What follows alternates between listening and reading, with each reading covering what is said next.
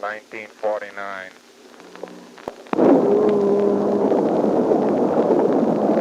In the winter of 1989, a marine biologist named Katy Payne lowered a hydrophone into the water off the coast of Hawaii and recorded something she had been chasing for over 20 years. Not a new species, not a migration route, a sound, specifically a song, a long, looping, structurally dense composition produced by a humpback whale doing what male humpbacks do every breeding season, singing. Payne pressed record, and the machine captured roughly 30 minutes of one whale going through its full repertoire. She labeled the tape. She filed it. She moved on to the next recording. That tape sat in an archive for 35 years. Then, in the spring of 2024, a team of researchers fed it into an AI model. And what the model found inside that recording, inside that 30-minute stretch of whale song from a winter morning in 1989, is the kind of finding that makes scientists go quiet in a room. Not because it's terrifying, the way a barrel of toxic waste at 1,600 feet is terrifying, but because it raises a question that none of us has a clean answer to. And once you hear it, the question doesn't go away. What a humpback whale song actually is. Most people have a vague sense that humpback whales sing. They have seen the spectrogram images, the peaks and valleys on a visual readout of sound, sweeping up and down like an EKG for something very large and very far away. They have heard a clip in a nature documentary. What most people do not know is how structurally dense those songs are. A single humpback whale song lasts between 5 and 30 minutes. When it ends, the whale starts again from the beginning, often continuing for hours without stopping. The song is not random. It follows a fixed order, specific sound units grouped into phrases, phrases grouped into themes, themes cycling through in a predictable sequence from start to finish. Every male in a given breeding population sings the same song simultaneously, and the song changes. Over the course of a single season, every male makes the same modifications, adding new phrases and retiring old ones in perfect synchrony. No one teaches this. No one leads it. The entire population updates together. Katy Payne, working at Cornell's bioacoustics research program, spent decades documenting these patterns. She had formal training as a musician before she became a scientist, which is the only reason she noticed what she noticed when she first looked at spectrograms of whale calls in the late 1960s. Everyone else was looking at noise data. Payne looked at the same printouts and saw melodies. She saw rhythms. She saw phrase structures repeating with the kind of regularity you find in composed music. She and her colleague Linda Guéné published a paper in 1988 documenting something stranger still. The songs contained rhyme-like repetitions, sound sequences that appeared at regular intervals in rhythmically consistent positions, functioning exactly the way rhyme functions in human oral tradition, as a memory aid. An anchor, a structural device that makes a long, complex composition easier to retain and reproduce. A whale, using something that functions like rhyme, in a song that functions like language, transmitted culturally across a population of thousands. At the time, the technology to probe this finding any further barely existed. Payne could hear what was there. She could document it, describe it, publish it. What she could not do was process it at the scale needed to confirm what the structure actually meant. To do that, you would need to analyze years of recordings across multiple populations at a level of computational depth that 1989 simply did not have. So the tapes went into the archive. The scale of what nobody could process. To understand why those recordings sat untouched for so long, you need to understand the math. NOAA, the National Oceanic and Atmospheric Administration, runs an extensive network of underwater microphones called hydrophones across the Pacific Ocean. These devices do not take breaks. They record continuously, around the clock, across 13 monitoring sites. Over a 14-year span, they accumulated more than 187,000 hours of audio.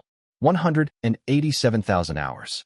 If you sat down tomorrow and started listening, working 8 hours a day, 5 days a week, no holidays, no sick days, you would finish approximately 19 years from now. And that is just the NOAA Pacific dataset. It does not count the Cornell archives. It does not count the recordings made by individual researchers like Payne, gathered across expeditions to Hawaii, Bermuda, New Caledonia, the Atlantic, the Southern Ocean. The sheer volume of the data was the wall. The recordings existed. The sounds were preserved. but nobody had the capacity to hear what was actually in them at any meaningful scale. Manual review meant picking samples, pulling clips, analyzing fragments. The full picture was always out of reach. That changed when Google partnered with NOAA's Pacific Islands Fisheries Science Center in 2018 and began training a deep learning model on whale song. The model was built using technology developed for YouTube image classification, repurposed to identify acoustic signatures in spectrograms of underwater audio. Dr. Allen, a research oceanographer at NOAA, led the effort on the scientific side. The model worked. When tested against manually reviewed data, it achieved an average precision of 97%. When turned loose on the full dataset, all 187,000 hours, it processed in weeks what a human team could not have done in a generation. And when the results came back, one of the first things they found was something nobody had gone looking for. What the AI found in the archived recordings. The model confirmed things that were already known. Seasonal patterns, breeding ground locations, migration timing. This was expected. The interesting part was what the AI found when it went backward, when it was applied not just to recent recordings, but to the archived tapes. The older sessions from the 1980s and early 1990s that researchers like Payne had gathered and filed away. The archived recordings were digitized and fed in alongside the modern data. And the model, cross-referencing decades of audio across multiple populations and ocean basins, identified a pattern that the human analysts had seen pieces of but never confirmed at this scale. The songs were not just culturally transmitted. They were structurally organized according to a principle that, until recently, was considered unique to human language. In 2025, a team of researchers, Inbal Arnon, Simon Kirby, Jenny Allen, Claire Garriga, Emma Carroll, and Ellen Garland, published a paper in the journal Science. They had applied quantitative methods borrowed from infant speech research to 8 years of humpback recordings from New Caledonia. The method was designed to detect a property of language called a Zipfian distribution, the statistical pattern in which a small number of units appear very frequently and a long tail of units appear rarely. This distribution appears in every human language ever studied. It may be what makes languages learnable. It may be why language can be transmitted faithfully from generation to generation without degrading. The researchers found it in whale song. Not something similar. Not an analogy. The same statistical structure that is a hallmark of human language appears in the compositions of humpback whales. Dr. Emma Carroll, marine biologist at the University of Auckland, described the finding directly. Their noises and our words share a common pattern. The paper also noted something about mechanism. The researchers raised the possibility that humpback whales may learn their song the way human infants learn to parse speech, by tracking statistical transitions between sound elements and using dips in those probabilities as cues to segment the signal. Babies do this. They cannot explain that they are doing it. They do not know they are doing it. The statistical regularity of language is so consistent that infants can exploit it before they can form words. The whale song data suggests the same process may be at work 60 feet below the surface of the Pacific Ocean. Go back to that 1989 tape now.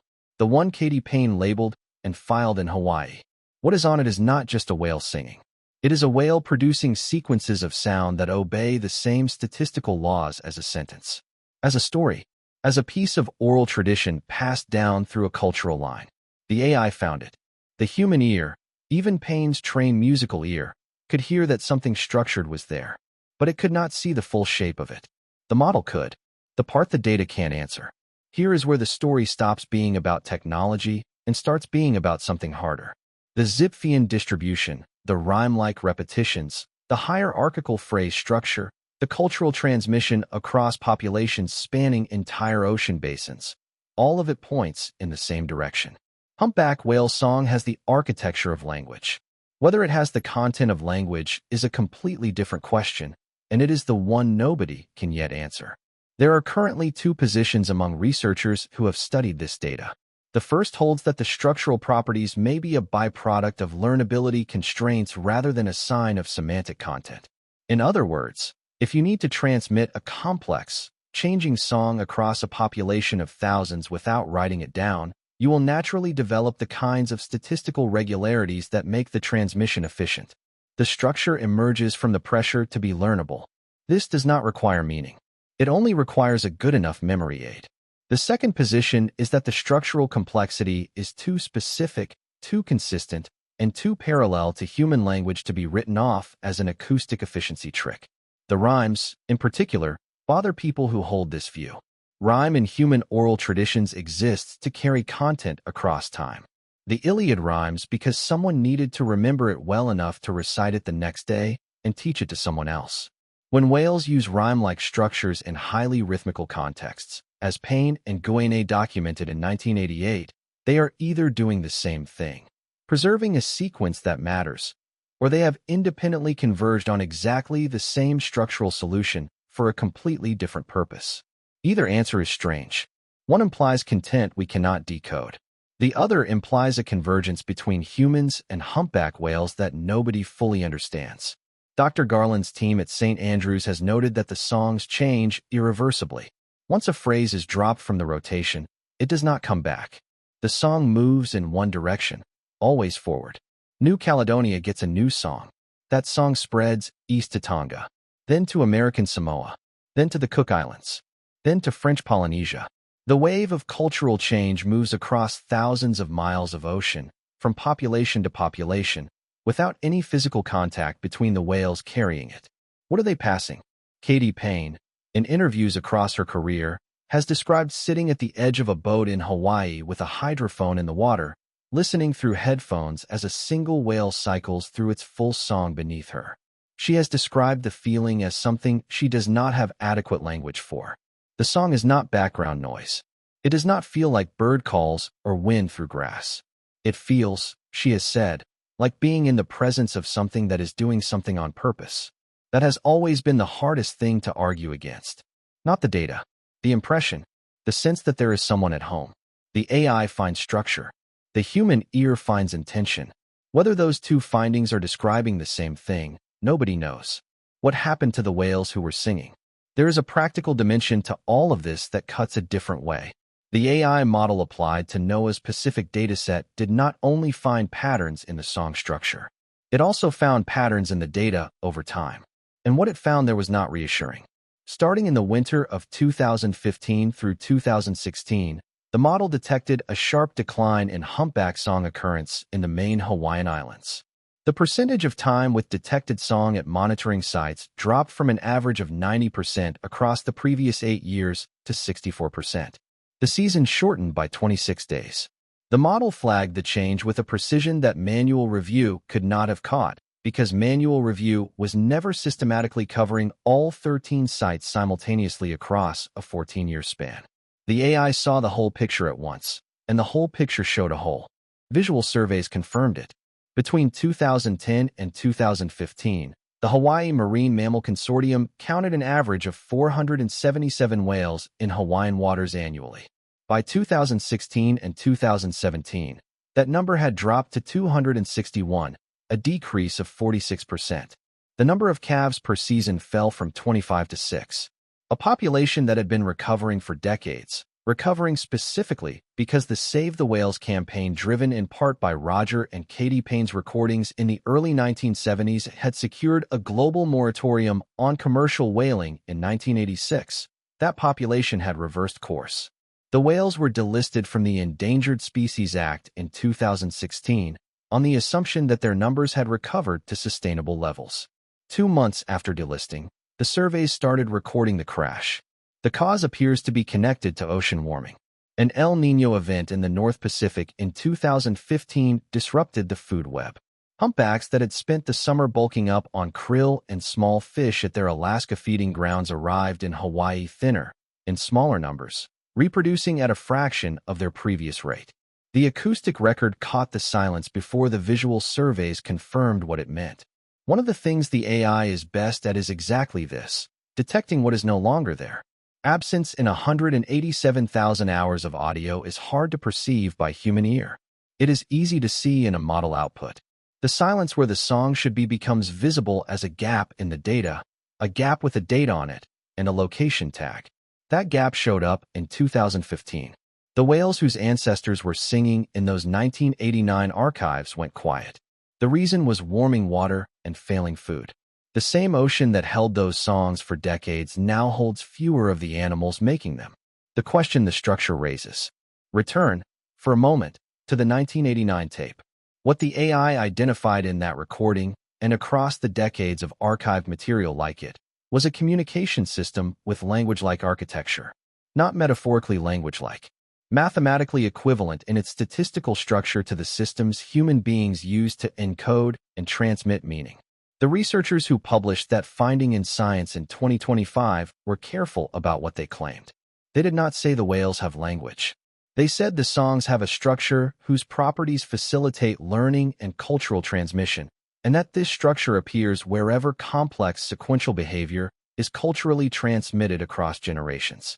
They said the commonality between whale song and human language points to the role of learning in shaping the structure of communication, and that this points to properties once considered unique to humans.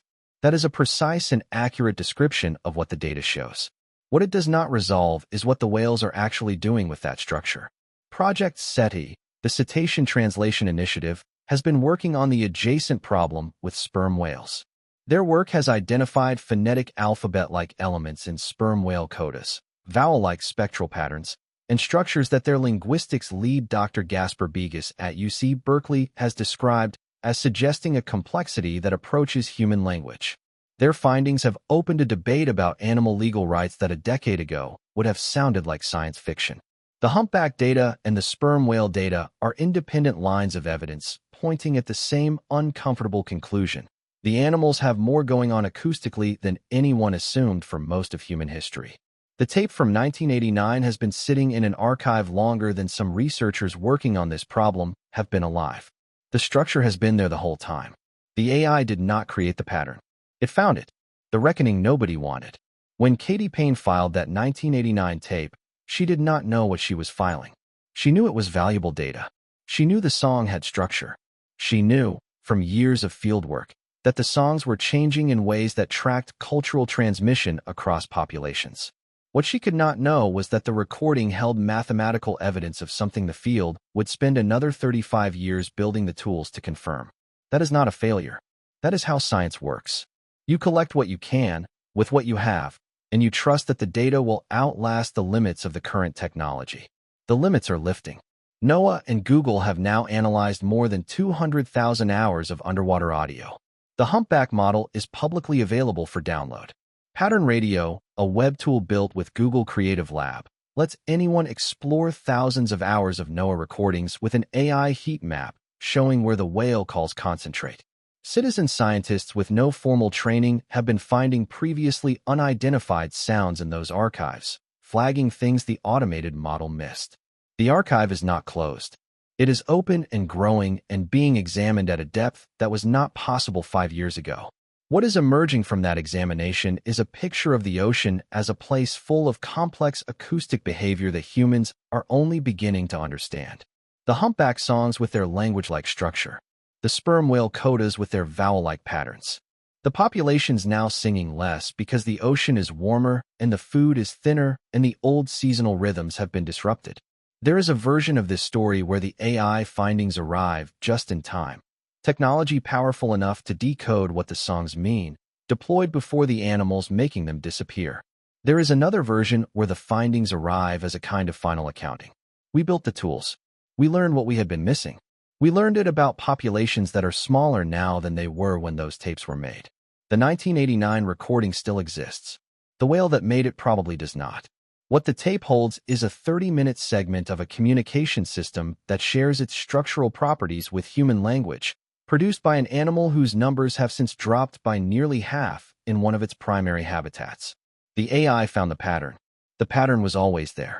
The question of what to do with that information is not a question the AI can answer. That one is on us. If you want to see what whale song looks like as data, Pattern Radio is free and public and genuinely strange. Go spend 20 minutes on it. The sounds are there. The AI heat map marks them. You can zoom all the way out and see months of ocean audio collapsed into a spectrogram, and you can watch where the whale calls cluster and where they go quiet. The silence in 2015 is visible. Drop what you find in the comments. And if the 1989 tape question is still bothering you, what the structure means, what the whales are actually saying, That question has a follow-up, and we're getting to it next. Subscribe so you don't miss it.